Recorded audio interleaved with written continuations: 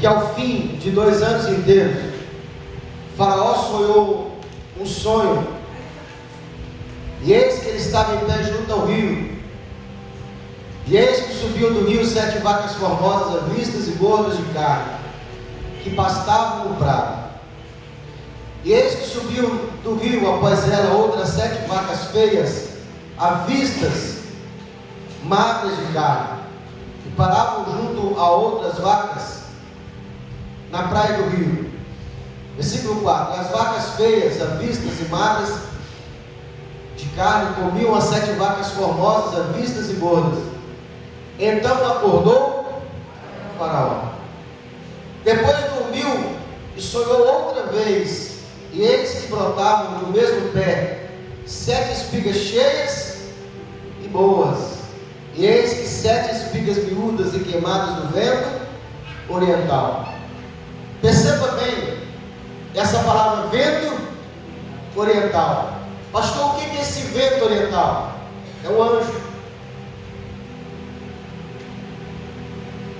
Por que ele está aqui? Esse anjo, a gente chama ele de crise. Já viu que a gente está passando por uma dificuldade no país? A gente fala assim, ó, eu estou passando por uma crise grande, tipo aquela do Covid que durou 2 anos. O que é aquela crise? Aquilo é o espírito. Perceba aqui na passagem, o que foi que fez com que as espigas magras tivessem o aspecto de magra? O vento, vamos ler de novo, versículo 6.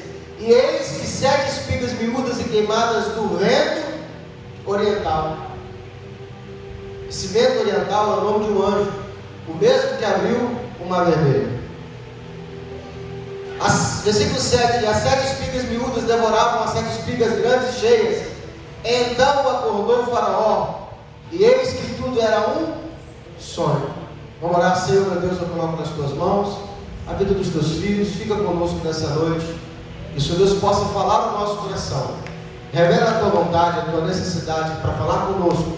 Nos alimenta em nome do Senhor Jesus. Amém? Olha que interessante. Deus havia dado a Faraó um sonho. Antes, Deus havia também falado com José por meio de sonho. Porque a maneira com que Deus conversa com seus filhos, a maneira com que Deus se comunica conosco, uma delas, é um sonho.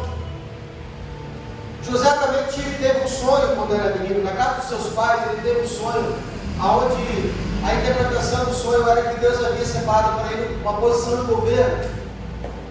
Ele acorda de manhã e ele conta para os seus pais, para a sua família, uma família grande, na mesa do café da manhã, que ele teve um sonho. E ele fala: eu tive um sonho engraçado, um sonho interessante. Eu sonhei que eu estava com os meus irmãos no meio do campo. Os irmãos estavam colhendo feixes. E o engraçado é que o meu feixe, ele ficava de pé e meio que flutuava, ele se elevava um pouquinho do solo.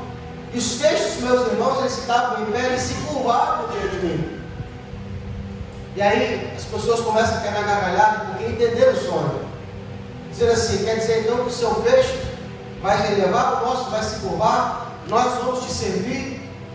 Que Deus queria mostrar no sonho, que mal alguns deles entenderam o quê? Que Deus havia escolhido José dentro daquela casa, para ele ter uma posição de governo. Esse era o propósito de Deus. E o dia se passou, cada um foi para os seus afazeres, e passado um tempo, Deus revisita novamente José, dessa vez com outro sonho. José fala assim, levanta de manhã e fala assim: engraçado, eu tive um outro sonho. Esse sonho era um pouquinho diferente do outro, porque eu estava no espaço, não era na terra, eu estava no espaço, e eu estava meio também flutuando, assim, voando. E eu vi quando o sol e a lua e 11 estrelas se curvavam diante de mim. Não era José que teve o sonho.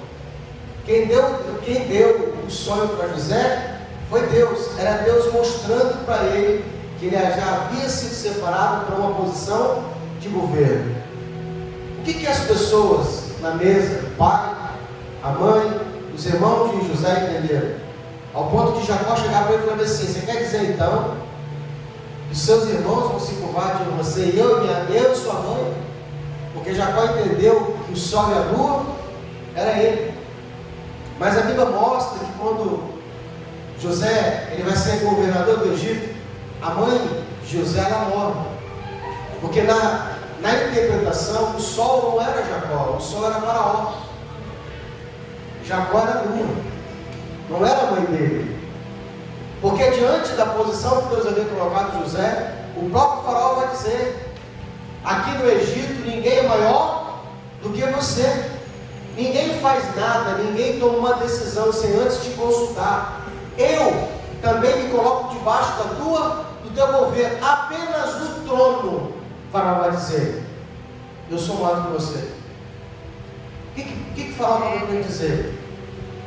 Pela sabedoria que Deus te deu, até eu não vou me meter, é contigo. Está aqui a chave do Egito nas tuas mãos. Porque os anos se passaram, o Faraó vai ter um sonho, e Deus vai dar um sonho ao Faraó, e vai mostrar o que vai acontecer com o país durante os 14 anos que virão.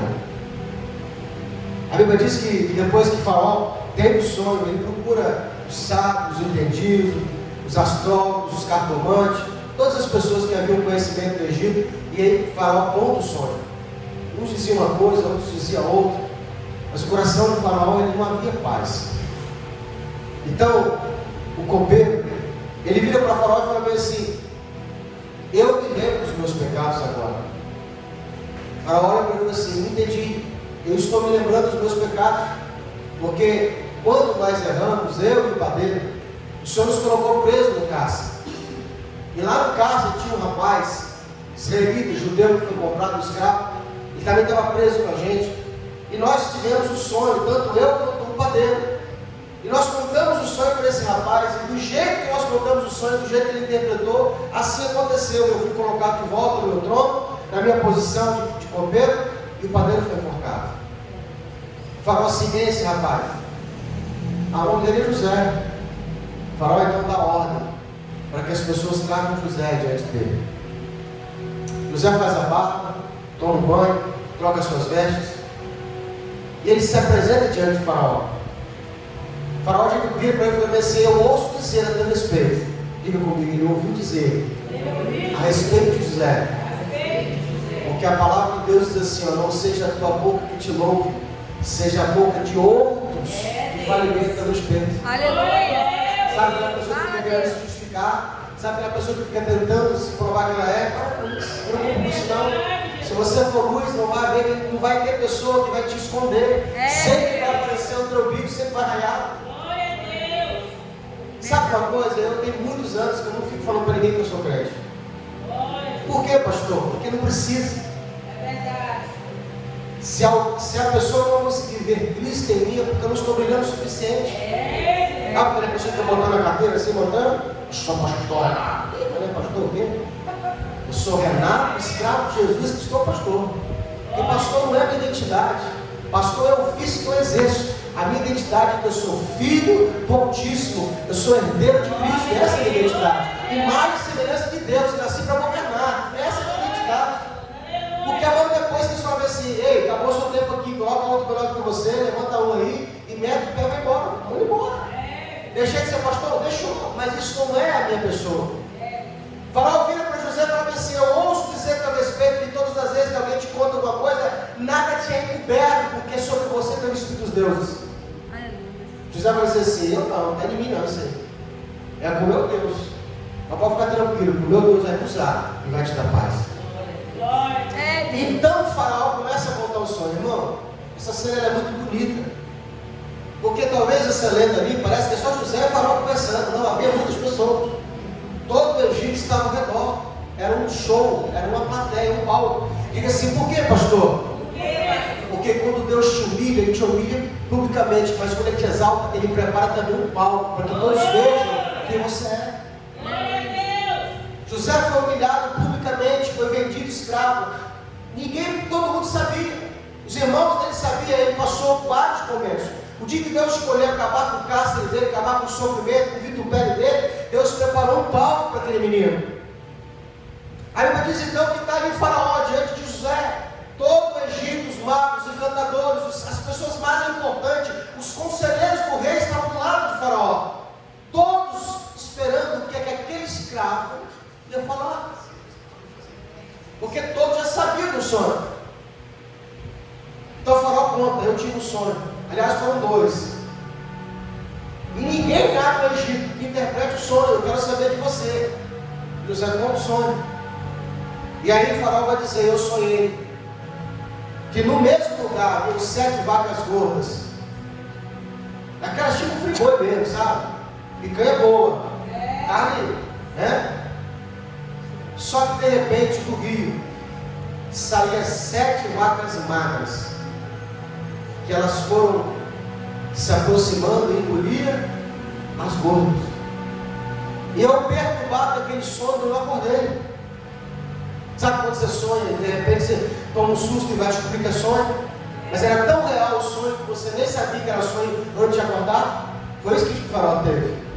E aí o Faraó volta a dormir de novo. E aí na mesma noite Deus dá outro sonho para ele. Só que dessa vez não é vaca, agora é o que? Espiga.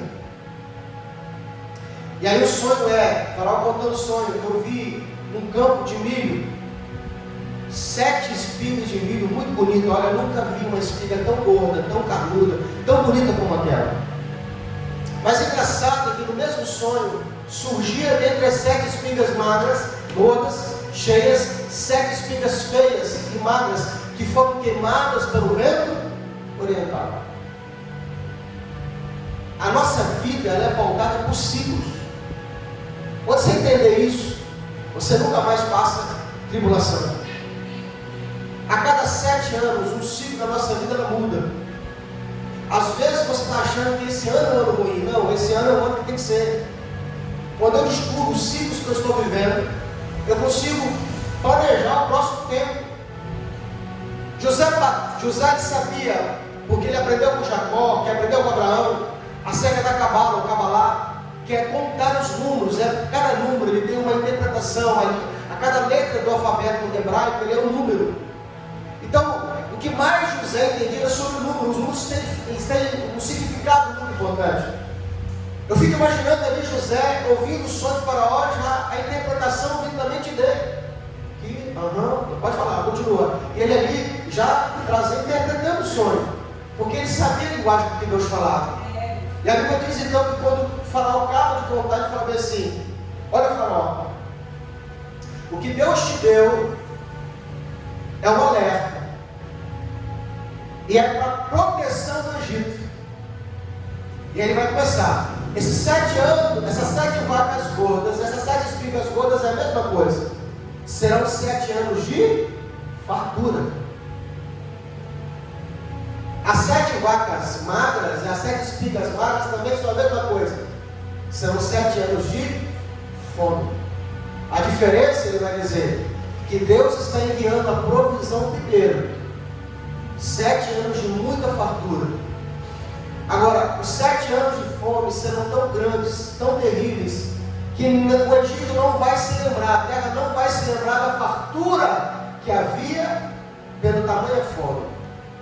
Isso é um código bíblico, um código espiritual de Deus. Todas as vezes antes que Deus envia a escassez, a tribulação, a falta, Ele envia também primeiro a provisão. É Deus. Quando a gente entende isso, a gente tem que entender o seguinte: se Deus está dando provisão, é para eu guardar, porque certamente eu vou precisar usar essa provisão na frente. Mas quando Deus envia a provisão e a abundância, o que a gente faz? Come, gasta, troca de celular, faz viagem e não guarda. Aí José acaba de falar e ele fala bem assim: olha, eu te aconselho que você se provenha de uma pessoa, de um governante, de um mordomo, de um auxiliar, alguém que tenha tido para esse negócio, para que esses 7 anos de fartura na terra se coloque em silos, guarde a provisão para que haja sustento no Egito durante esses 7 anos. Porque quando houver fome, quando vier 7 anos de escassez, o Egito não pereça. Além de José interpretar o sonho, ele ainda dá um conselho para Faraó do que aconteceria, o que deveria ser feito. Faraó vira para um lado, vira para o outro e fala assim: arrumar alguém? Quem? Se Deus te deu esse conhecimento, se Deus te deu essa sabedoria, não há outra pessoa, não sei você. É Deus. Glória a Deus. Sabe por que Deus esconde a gente? Porque durante 13 anos isso ficou escondido. Porque aquilo que Deus colocou dentro de você só pode ser revelado no momento certo. Aleluia. Se descobre José antes do tempo, matariam ele. Às vezes a gente acha que está escondido. Eu estou aqui nesse cantinho e ninguém me vê. Deus está te escondendo para te proteger. Porque no momento certo Ele vai te revelar, para que você seja uma estrela brilhante no tempo oportuno. Quando o Faraó levanta do trono, arranca o dedo que significava autoridade. O Faraó arranca o dedo do dedo dele, uma dela, e diz assim: a partir de agora, dá aqui sua mão. Você será o mais importante neste lugar. Você será a pessoa onde todo mundo terá que se curvar. Você será a pessoa onde todo mundo terá que pedir permissão. Não, você fica imaginando essa fala vindo ao ouvido de José. Eu fico imaginando ele voltando 3 anos atrás. A hora que ele foi vendido, a hora que ele foi empurrado no calabouço, a hora que ele passou o tempo longe. Eu fico imaginando tudo aquilo passando na cabeça dele. Eu fico imaginando ele contando o sonho dele para o pai, o sonho dele para os irmãos, o deboche, o insulto, a vergonha. Eu fico imaginando no olhar dele, ele tentando esconder o rosto, para lá acontecendo, e ele querendo, sabe, uma voz amargada no coração dele, dizendo assim: valeu a pena, Senhor. Por tudo que eu passei, valeu a pena. Eu não acreditei que isso aconteceria. A Bíblia diz que mal o Faraó tira do dedo o anel para colocar no dedo do menino. Veio uma pessoa e coloca um colar, veio outro coloca uma roupa, veio preparar uma cama, veio uma banda sobre ele. A Bíblia diz que as pessoas da gente começam a servir a José, porque entenderam que ali surgiu um governante. Sabe onde eu quero chegar? Estou só na tradução, tá? Porque até a gente termina a pregação. Sabe esse choro que você tem porque está passando por necessidade? Sabe esse choro que você não entende porque Deus permite isso acontecer com você? É Deus. Paulo vai dizer assim: nenhuma luta, nenhuma tribulação pode se comparar com a glória que há de ser revelada. Esse pedacinho da passagem é só um pedacinho da cena que Deus quer falar conosco. Sabe o que está passando agora? Não há de se comparar com a glória que há de ser revelada. Aleluia. Tudo que eu passo por causa do Evangelho, um dia vai ter uma recompensa. Quando você ouvir o seu nome ser chamado, vinde bendito do meu Pai, e entra para o gozo eterno. Você vai ser chamado diante de todas as pessoas, todos os salvos, diante do tribunal de Cristo. Jesus vai chamar para você pelo nome e vai dizer assim: sabe aquilo que você passou? Você agora vai ser coroado, eu te coloco você como governante. Senta no meu trono porque você é vencedor. Sabe o que vai vir na sua cabeça? Toda humilhação, toda dor, tudo que eu passei valeu a pena. A gente às vezes quer encontrar com Deus, sabe? Botar Deus na parede e perguntar por que Deus fez aquilo. Eu lembro uma vez que eu perdi um emprego. Fui mandado embora, irmão, injustamente. E a gente sempre acha que foi injustiçado, né? Eu tinha tanta raiva de Deus porque eu não podia pegar ele, sabe? Tipo assim, eu era dizimista. E eu falei assim: poxa, eu dizimista, o Senhor não me protegeu. Fiquei com tanta raiva, com tanta revolta. Como eu não podia blasfemar no nome de Deus, eu ficava simplesmente pensando assim: podia ter morrido. O Senhor matou logo. Irmão, não havia na minha cabeça nenhuma explicação suficiente para que Deus me desse naquele momento para tirar da dor. Não havia. Nada que Deus me dissesse podia aplacar aquela dor, aquele sentimento que eu tinha. E olha que eu tinha pedido a Deus: me chama de volta, me coloca de volta lá, porque eu só não queria voltar para trás. Os anos se passaram, alguns meses se passaram, na verdade. E Deus foi trabalhando na minha vida. E Deus foi provendo de tal forma, de tal maneira, que se me perguntar hoje, depois de uns anos, não precisa explicar, porque a provisão de Deus na nossa vida já é a explicação. A maneira com que Deus trata, Deus cura. Fica imaginando Jó, enterrando os 10 filhos dele. Porque Jó não sentiu falta do patrimônio. Jó não sentiu falta do rebanho que perdeu. Eu acho que a maior dor de Jó, além do silêncio de Deus, é ter entrado os filhos. Como que você consola o homem?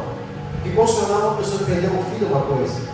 Você não tem braços, você não tem ombro suficiente para consolar uma pessoa que enterrou os 10 filhos no mesmo dia.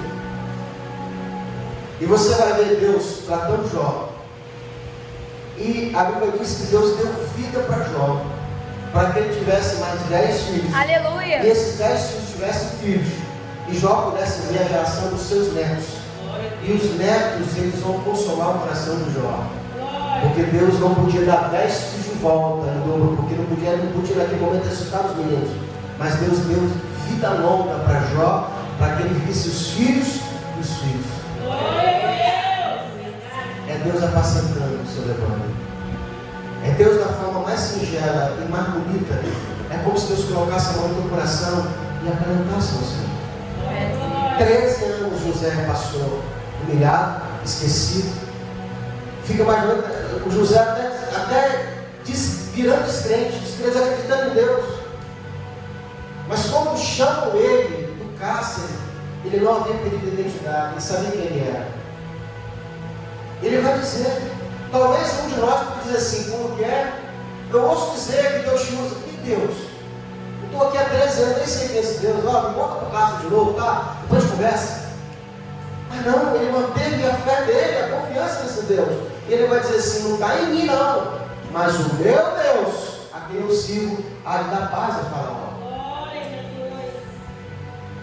Esse jovem, ele vai ensinar muita coisa para a gente. A Bíblia diz que 7 anos de fartura. José vai trabalhar 7 anos para Faraó, rodando todo o Egito, preparando no Egito silos, armazéns, para que pudesse guardar toda a colheita. Foi estipulada uma lei que todos que produzissem no Egito deveriam guardar 20% de tudo que se produzisse no Egito. O Faraó comprava das pessoas, o Faraó imposto, e foi colocando toda a fartura do Egito, foi colocada em silos. Quando começou o primeiro ano de fome, as pessoas pegavam toda a reserva de dinheiro que tinha na mão para pão. Porque você não prospera na época da prosperidade. Na época da prosperidade você guarda. Você prospera na época da escassez, na época da crise. Porque na época da crise, quem queria 200 mil de terreno está vendendo por 50 para pagar dívida. É nessa hora que você chega e fala assim, quanto vai o terreno? 200. Não, não 50. Mas pelo menos 100, ou 50. Está indo embora. Porque se você tem recurso, você domina o preço. É Deus. Não se compra na hora do momento que todo mundo está comprando. Se compra na hora que todo mundo deixou de comprar. E foi o que José fez. José, com 7 anos, que havia fartura, José não se preocupou em comprar nada. Ele simplesmente guardou. Foi guardando. Quando houve a crise, o primeiro ano as pessoas pegavam todo o dinheiro. Porque aqueles que confiam no dinheiro vão entender que dinheiro no primeiro momento ele te abandona. Por isso que nós temos que confiar em Deus, porque Deus ele é eterno, ele não te abandona. A Bíblia diz que a primeira coisa que acabou no tempo da crise foi o dinheiro. No segundo ano ele chegou para José e falou assim, olha, todo o dinheiro que nós temos te damos. Nós vamos morrer de fome. José veio falando assim, tem boi lá? Tem vaca? Cabrito? Manda para cá. Eu troco. Me dá o rebanho. E eu vos dou semente. As pessoas não tinham escolha, porque se ficasse com o rebanho, ia morrer de fome. Eles não tinham comida para comer, quanto mais com o rebanho. Então eles pensaram, é melhor dar o rebanho para ele, que pelo menos ele tem comida para dar para o rebanho. Vive o rebanho, vive a gente. E a Bíblia diz que no segundo ano eles venderam todos os seus rebanhos. Cavalo, vaca, boi, ovelha. No terceiro ano eles vêm. Não temos nada, acabou tudo. Você já levou o dinheiro, você já levou o rebanho. O que nos resta? O que Deus vai falar? Traz a escritura das suas casas. Eu vou comprar. Eu vou vos dar. Toma. Eles dão. E mal eles dão, o ano acaba, eles voltam. Já deu para você todo o dinheiro. Já deu para você o rebanho. Já deu para você as casas. Nós não temos nada. A única coisa que nos resta é a nossa vida. Nós vamos nos vender para Faraó. E a Bíblia diz que José comprou todo o Egito. Todo o Egito. E os egípcios. Todos se tornaram escravos de Faraó. Essa passagem ela tem um ponto espiritual.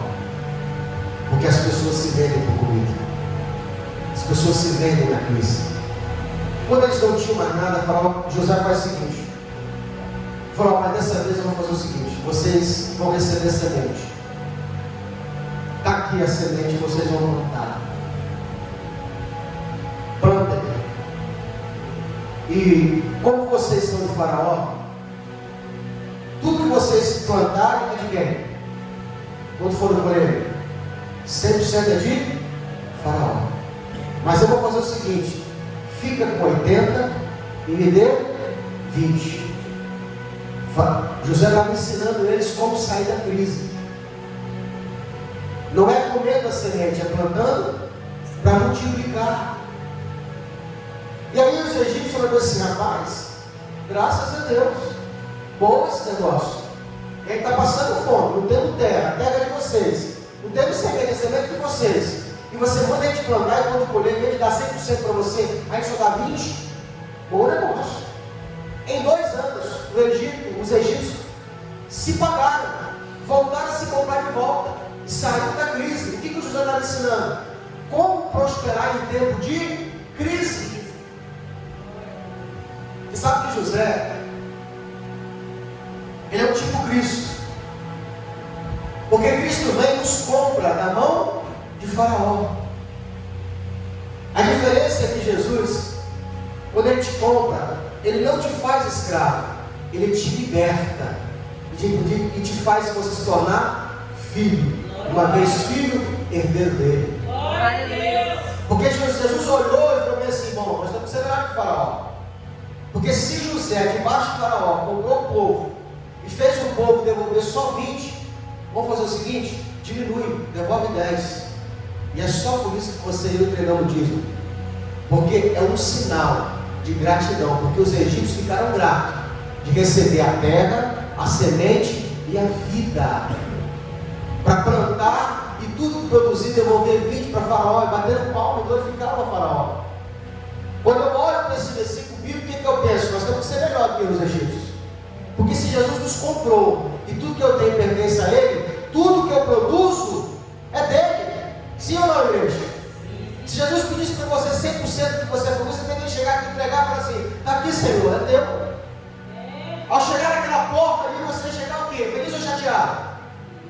Chateado, irmão. Deixei 100% faltar. Fala a verdade. Chateado. Mas eu me vendi, vou comprar. Quando você estiver chegando aqui na porta, você fala assim: ei, o quê? Volta aqui. Você fala: você entreguei 100%, você quer mais o quê? Faz o seguinte: fica com 90, deixa só 10 aqui. O que você faria? Voltaria? Feliz. Quando dizimamos, não estamos dando 10 para Deus, Ele que nos dá 90.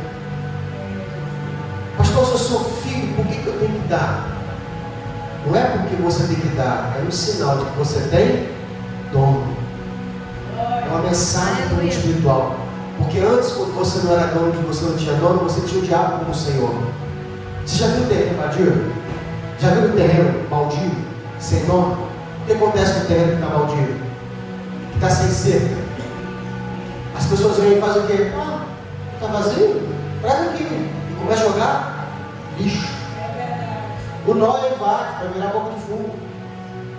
Toda a raça de sujeira vai para o terreno baldio. O que o dízimo representa na minha e na sua vida? Uma cerca para o mundo espiritual entender: aqui tem dono. Aleluia. Não vem jogando qualquer coisa não, não é qualquer coisa que entra aqui dentro não. Aqui é propriedade particular do Senhor. Todas as vezes que eu dizimo, eu estou mandando uma mensagem espiritual para o mundo espiritual. Não entra aqui dentro não, diabo, porque eu tenho pai. Aqui tem dono, aqui fui comprado, lavado pelo sangue de cordeiro. E é por isso que nós dizemos, como um sinal para o inferno, para dizer assim: não vem não, porque eu estou debaixo, protegido pelo sangue de Jesus. Eu fui comprado por um preço. Aleluia. Depois de 7 anos, o egípcio se libertou, se compraram de volta, compraram suas terras e prosperaram. Por isso que você vai ver nas cartas de Paulo dizendo assim, ó: aquele que busca pão, Deus dá pão ao que quer pão, e semente ao que semeia. Se você é um multiplicador, Deus te dá semente. Se você está atrás de salário, Deus te dá pão. Um detalhe: se eu quiser ser uma pessoa próspera financeiramente, eu não posso querer pão. Salário não enriquece. O que enriquece é plantar, é prover para outras pessoas. No modo mais simples, é governar. Porque é uma bênção o pão. Diga comigo: o pão é uma bênção. Mas existe algo maior, é a bênção. É quando eu sou provedor de pão para outras pessoas. Vou ficar de pé.